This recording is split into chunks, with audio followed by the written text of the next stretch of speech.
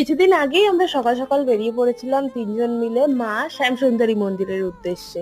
আর এই যে আমার মন্দির যাওয়ার পার্টনার, সেই দিন আমাদের সাথে ওর বোনও ছিল। সকাল সকাল পৌঁছে যাওয়ার জন্য হাওড়া ব্রিজটাও ফাঁকা ছিল, আর ওয়েদারটা তখনও পর্যন্ত ভালো ছিল।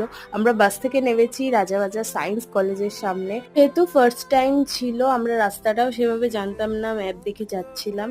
তো সেই জন্য আমরা একটা অন্য বাসেও উঠেছিলাম, যেটা সুখিয়া স্ট্রিট যেত না, এটা আমাদের রাজাবাজার সায়েন্স কলেজের সামনে নামিয়ে দিয়েছে। এরপর থেকে আমরা ম্যাপ দেখে আশেপাশের লোকজনকে জিজ্ঞেস করে পৌঁছে গেছিলাম মায়ের মন্দিরে। তোমাদের সুবিধার জন্য হাওড়া স্টেশন থেকে কিভাবে সহজেই তোমরা মায়ের মন্দিরে পৌঁছাতে পারবে তার একটা ভিডিও আমি এর আগে শেয়ার করেছি। তোমরা যদি ভিডিওটা না দেখে থাকো অবশ্যই গিয়ে দেখে নিও।